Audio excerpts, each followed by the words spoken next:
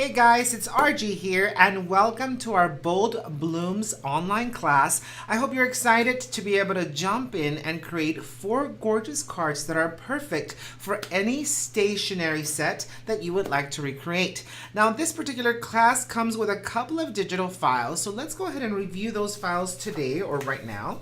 We've got the Bold Blooms digital file as well as the By Definition digital file, and we're going to be using them both to be able to create our 4 projects today. Now you do need to print out 2 of the Bold Blooms because we're going to use one black and white as well as we're going to use one in color, and we're going to need them both to be able to get them and create beautiful cards with. So hopefully you've printed both of those as well as one of the By Definition image. I was going to say stamp set, but I meant digital file. All right, so what we're going to do here, guys, is we already have a preset kit that I've created here, and they're all identical to each other. They have a piece of vellum that hopefully you've already cut out, as well as a layered piece of colored cardstock, a piece of cardstock that's going to come right on top of that, and of course your card base in white. Now of course you can go in any direction to be able to recreate each and every one of these cards. If you decide, you know what, I want a colored background, I want, you know, different colored cardstock, it's completely up to you. I'm going to take you through the experience of being able to create 4 cards that look similar to each other and that are going to be able to come to life here for us in just a few minutes. All right, so the first thing I'm going to do is I'm going to fold this piece of cardstock in half to create my card base. Then I'm going to bring in my 2 different layers here. And I'm going to go ahead and adhere these 2 now. Now every single one of these goes exactly the same. So to make our class more efficient and save you a little bit of time, I'm not going to bore you to taking you through every single card. I'm going to only create the one because you know that they're all exactly the same in regards to how they're positioned and what I'm doing. Next thing I want to do is I'm going to grab some splatter ink. I'm going to wait on that just a little bit because I do have my 2 files. Now I'm going to give you a quick tip on one of my digital files here.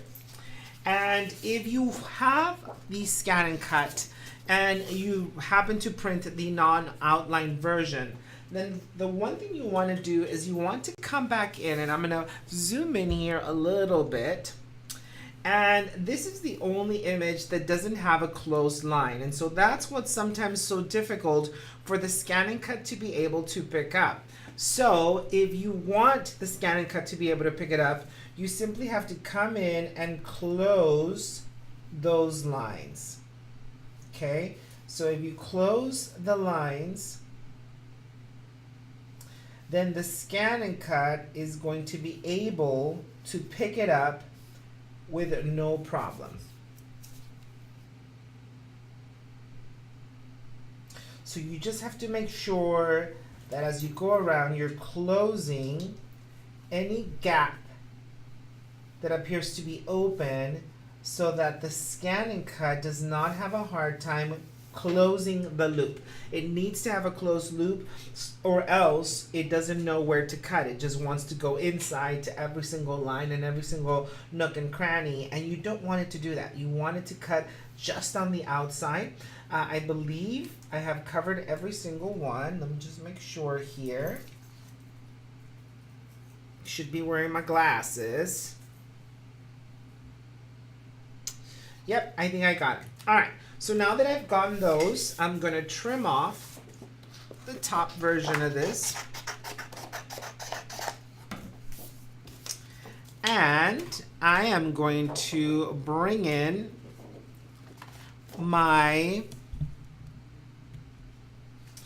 mat, place this on my mat. Now, of course, if you do not have a scan and cut, guys, always, of course, you're going to be able to fuzzy cut these No problem. That's how I did my original one. I'm just kind of showing you. I'm going to bring that into my mat. It's going to scan it through. So while that's happening, I'm going to come back to this. So we've got a couple of pieces. I'm going to add a little bit of twine.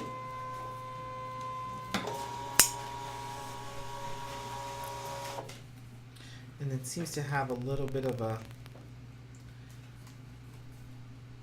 blur there, so I'm gonna snip that off.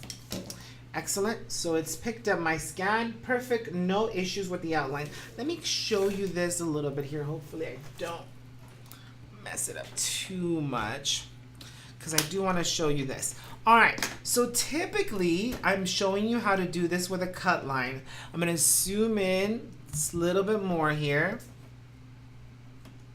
All right.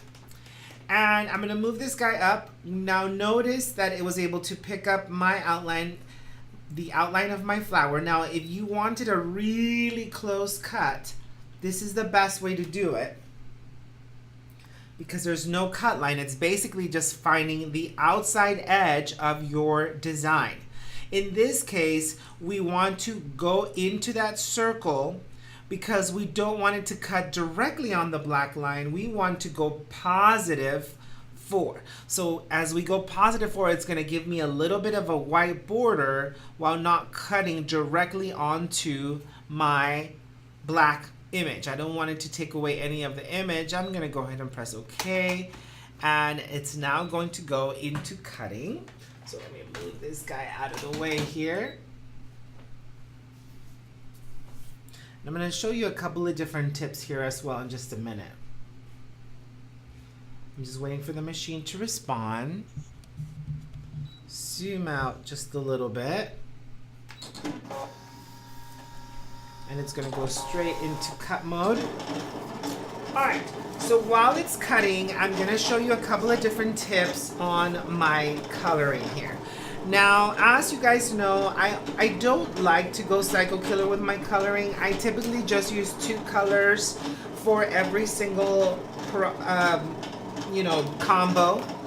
You know, the professionals use 3, 4, 5, even maybe even more to get all the shading and all the shadowing. I'm not particularly concerned about that kind of stuff, mainly because I add different layers of glitter and different layers of pieces. So there's a variety of different elements that come into my share. So it's not just about the coloring for me, it's about how the whole project comes together beautifully and gorgeously, and I get to add all my layers and all my fancies. So let's go ahead and switch right back to the bottom here.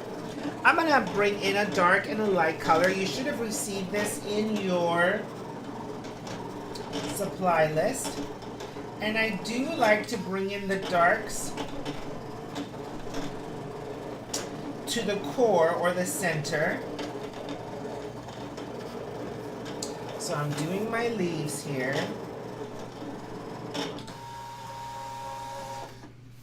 And it really just allows me to highlight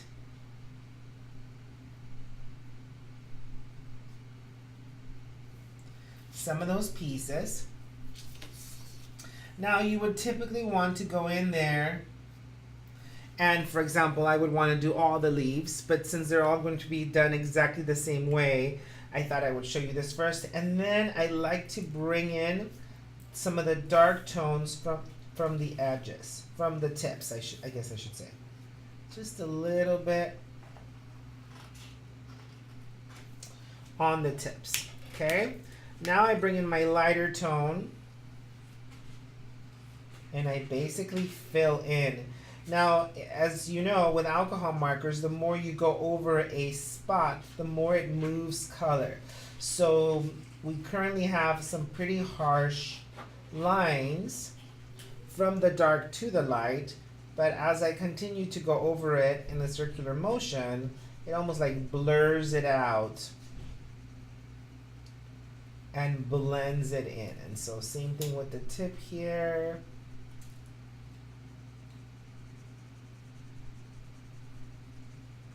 And I love how that leaf turns out. It still gives me the dimension. It still gives me the look that I want, the light and the dark. the shadowing, but I'm not going psycho killer with all the crazy different markers. So, you know, if you don't happen to have this particular set of markers, then you can choose any type of light and dark green. It's just going to and kind of play around with it this way. This is the non-professional way of doing it, but I still love the outcome of these leaves.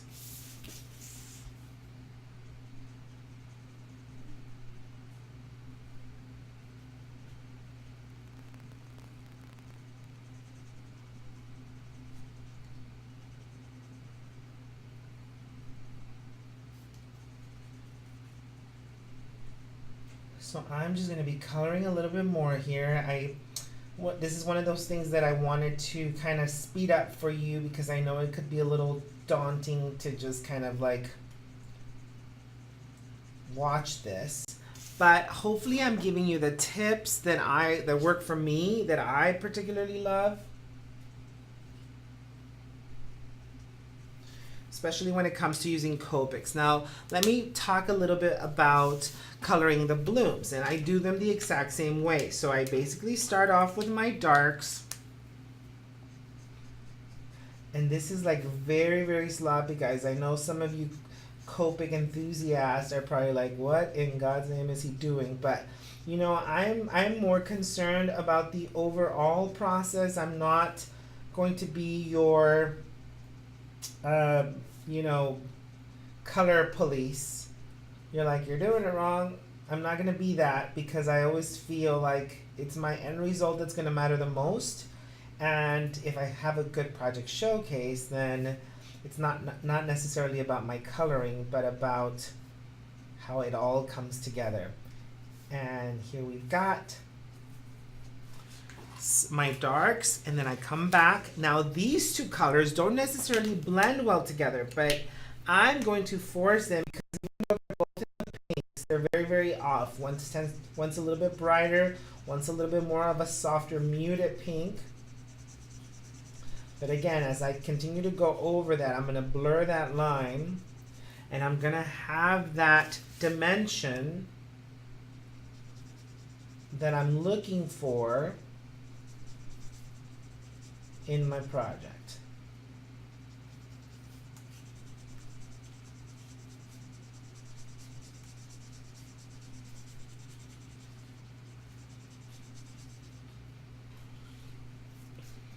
Okay.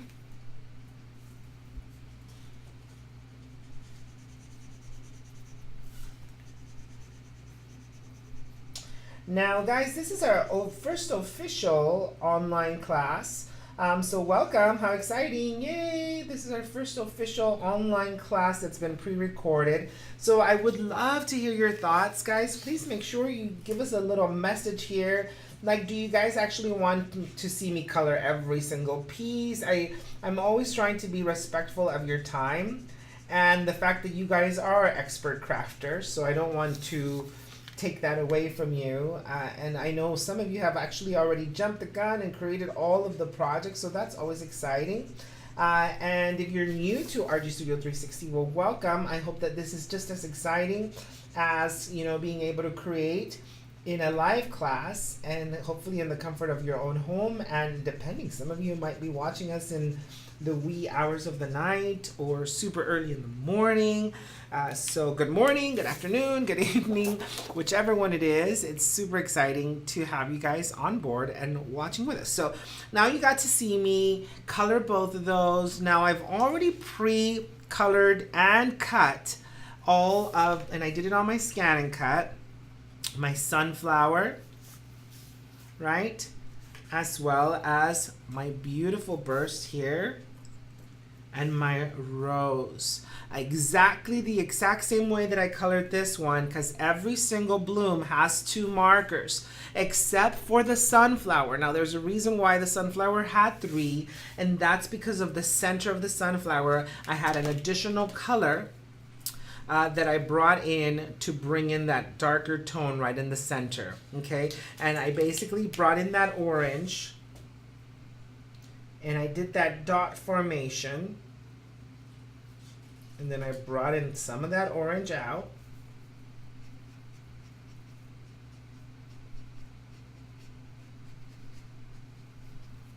Okay. Then I came in with the mustardy color.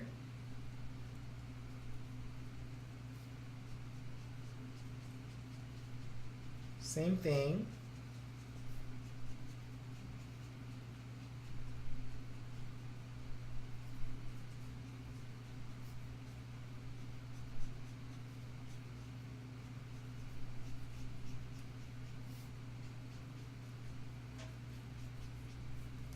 Okay, and then I come back with the yellow, but I am gonna bring in just a little bit of that orange on the tips.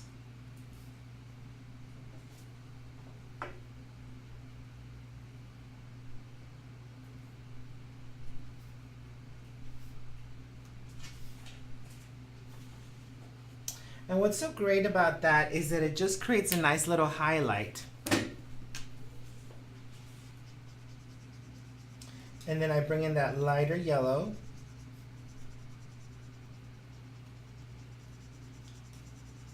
To create my blend and my merge.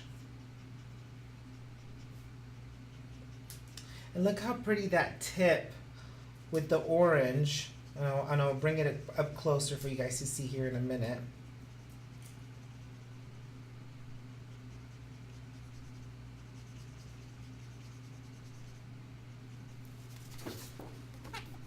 So check out how you've got that little highlight of the sunlight.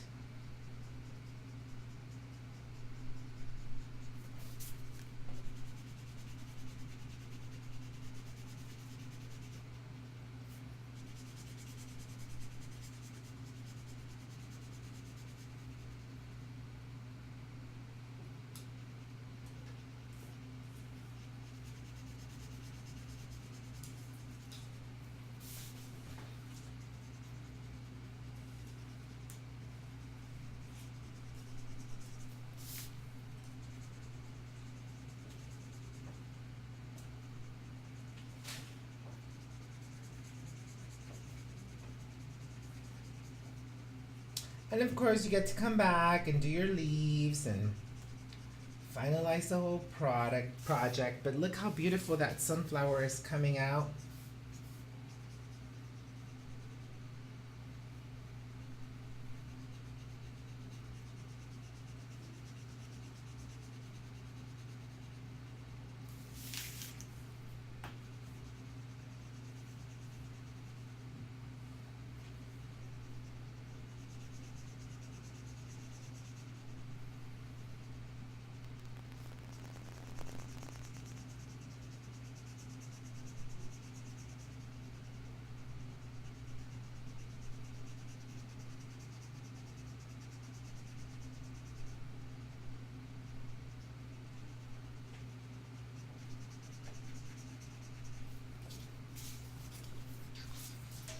Check it out. Super amazing. So again, you'll always have the opportunity, if you decide, you know what, I love a darker sunflower, come back and add more of your mustardy color. You know, you don't have, there's no right or wrong. You can just come back in and bring in some more of those highlights. I'm just kind of going on a whim here, just showing you a little bit more. Make sure you keep that brightness of that yellow, even if you do decide to go dark. Because that's totally going to give you that brighter. And then always come back and blend in that tone.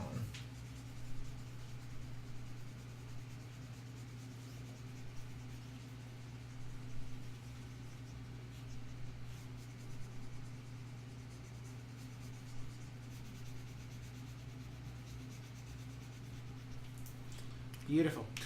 So again, you're going to want to definitely color every single one of them.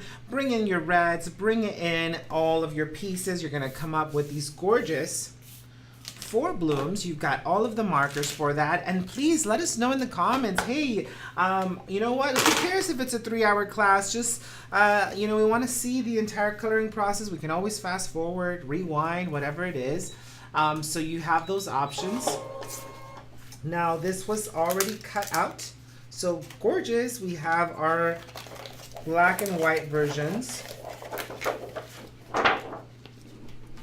Awesome. And of course, we're going to be creating on the pink one here. So we've already got these layers set. Now what I want to do is I'm going to bring in the black and white version, the uncolored version. And I kind of want to lay him a little cattywampus to the side. So when in doubt, pop it out. We're going to pop this guy right out using some foam squares because I love the dimension on this. So I'm just going to bring in a couple of foam squares.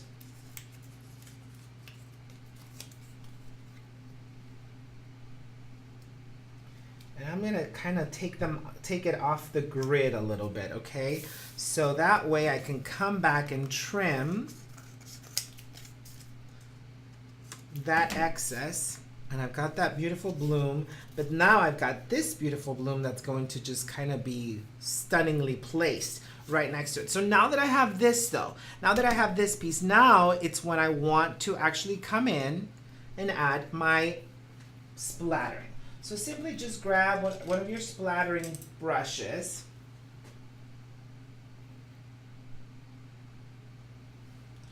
And I'm gonna come in and I'm just gonna add those splatters. Now you would typically want to do this to every single one of your backgrounds. So I recommend that you do every single one of your backgrounds. You're going to trim, you're going to cut, you're going to place. You're going to want to let that dry. So while this one dries a little bit here, I'm going to do one more for you guys. Let's see, they're all pretty self-explanatory. Let's go ahead and work on the rose here a little bit, just so that you guys can see how I'm placing my black and white flower. I'm trying to cut the class short for you guys so that you don't get bored, but I also want to make sure you guys learn this. Okay, I'm going to grab my rose. Okay, so my rose, I'm also going to bring in a little cattywampus. So go ahead and bring in those foam squares. Bring it to kind of where you want it. I'm going to bring it up to this corner.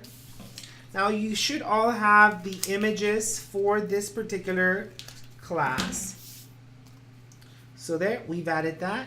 I'm going to come back with my splatters.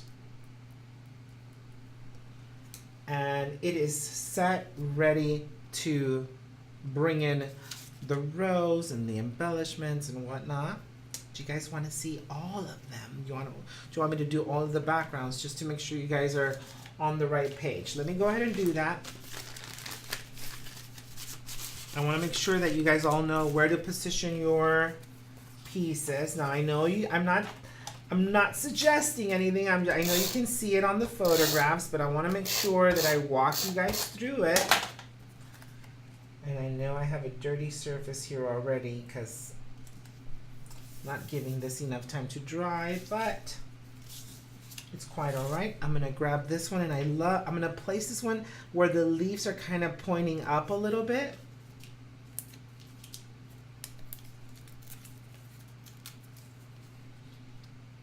Just slightly there. And again, we're going to trim off that excess. Beautiful.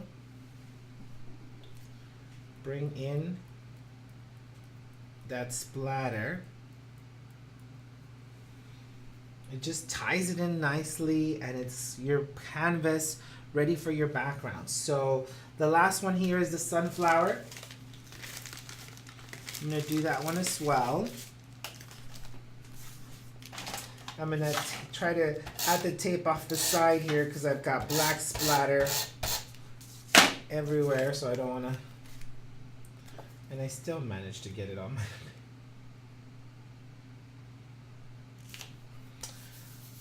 Perfect.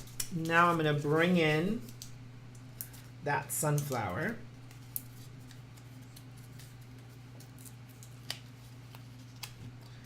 And this one's gonna go up a little bit.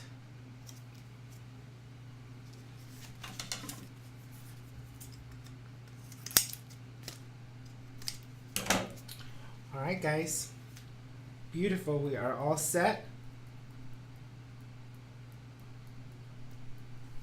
And we've got our splatters and we've got our background. So let's go ahead and bring all the backgrounds in. So we can kind of see where we're at. So these are all the backgrounds of all 4 cards. You already know the card bases. You fold them in half, and then you can decide to pop them out. You can decide to leave them flat. And then of course, you're going to be bringing in your colored versions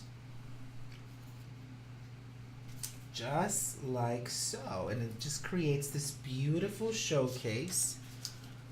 Absolutely stunning. Now the only one we're going to finish here is going to be our beautiful, beautiful peony over here on this side. So let's go ahead, because the rest is exactly the same. We're going to give these enough time to dry. And this one should be completely dry by now. The first thing I want to do is I'm going to bring in some tape to add my twine. So it's the twine that we cut up earlier. So I'm just going to do a couple of different little loops here. And then one last loop towards the bottom.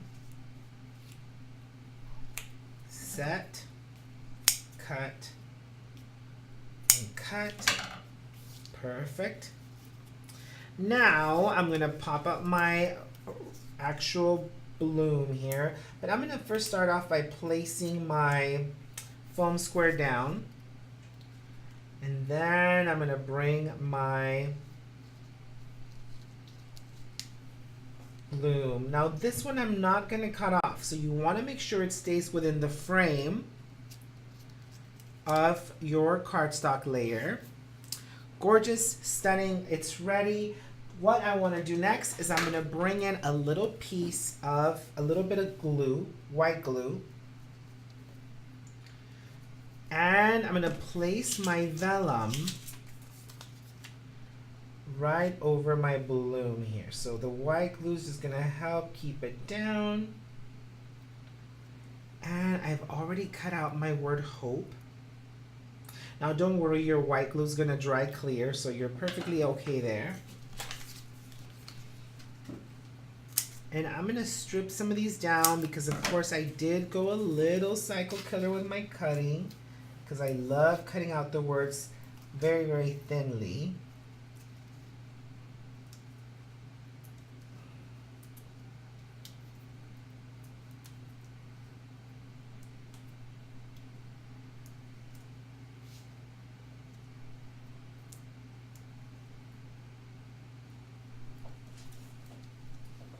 Beautiful.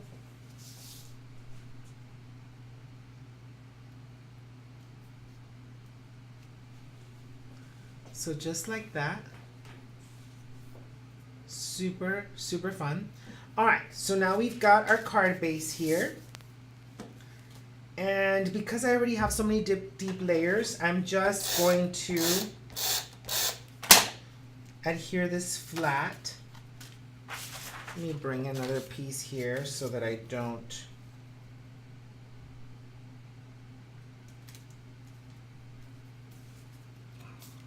Gorgeous. All right, so this is perfect that we brought this other piece, guys, because we're going to be working on something fun. So what I like to do is I like to have what I call my spritzer. So what I end up doing is I do have resin or glaze or anything out there that's kind of like that resin that you use or the glaze that you use, whether it's Crystal Effects or things like that. What's that other one called? The one that we, yeah, Crystal Effects. No, not Crystal Effects. Glossy accents. Right, so you can use glossy accents or resin or anything. So half that, half water in a spritzer bottle. And I'm going to come in and I'm going to cover up my vellum. If you don't cover up your vellum, it's going to want to curl your vellum.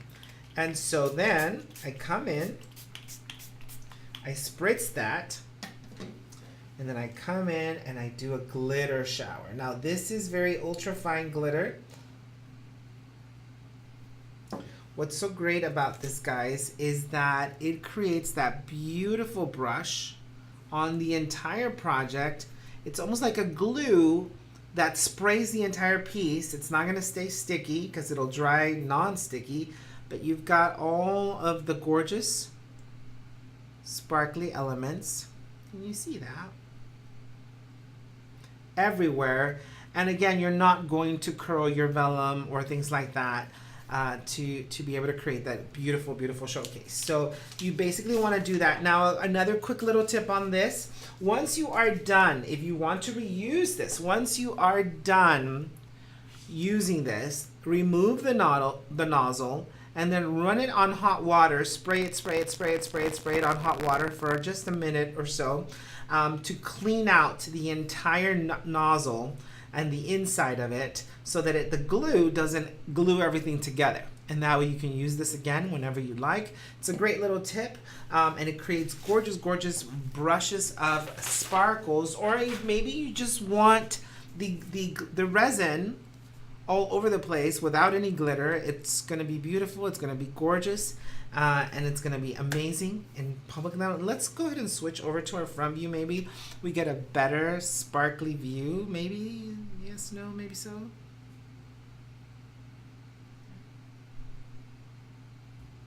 Okay, so again, gorgeous, gorgeous cards. Now let's switch over to work on our stationery box real quick. I'm going to give you guys a couple of pointers on this one. So you should have a piece of cardstock that is 8 inches by 6 3/4. So 8 by 6 3/4. And what we basically want to do is we're going to want to score this. Now you should have all the measurements, but we're going to score 1 inch all the way around. So you're going to want to bring in your paper trimmer or your scoring tool. I've got one here. And you basically want to score this at 1 inch.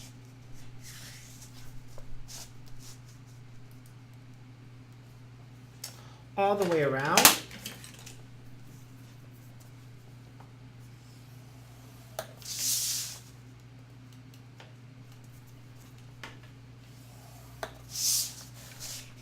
Now I'm just using this score cutting tool.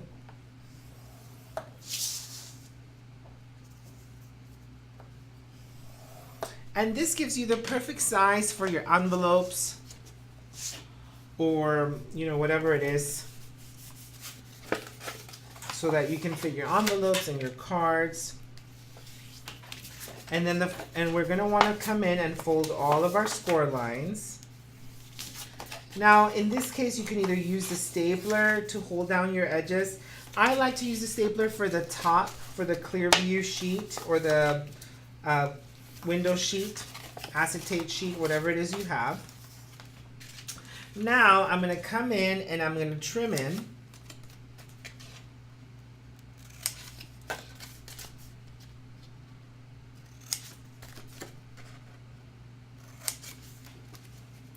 Perfect.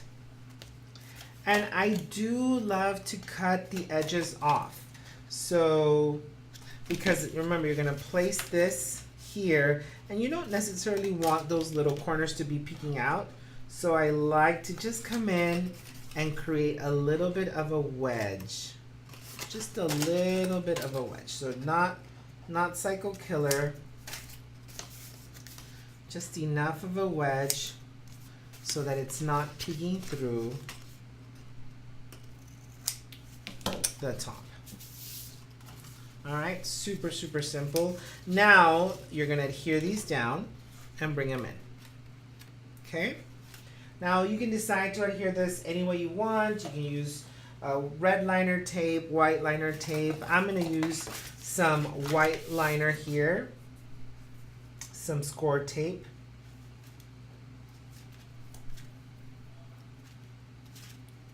Or you can also use liquid glue if you have the patience for it. You can simply just hold it down with a paper clip while it's drying. I tell you that the liquid glue is your best bet in regards to it staying the longest, because it just tends to work better. And what I'm going to do here is actually I'm going to use a little bit of both. I'm going to bring in some of that liquid glue, and I'm going to use this score tape as a good holder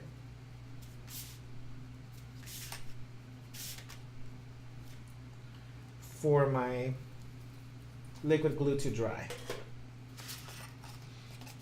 So then I simply just have to bring these guys in.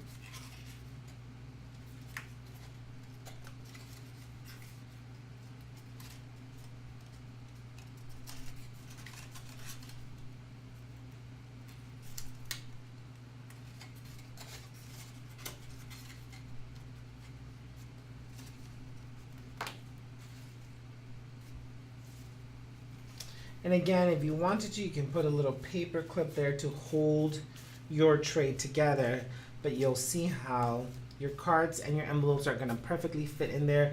You're going to do the exact same thing with the window sheet. And in this case, you can either use a red liner tape being the strongest tape out there, or you can use a staple to hold these down and create the lid of your box. So super amazing, guys.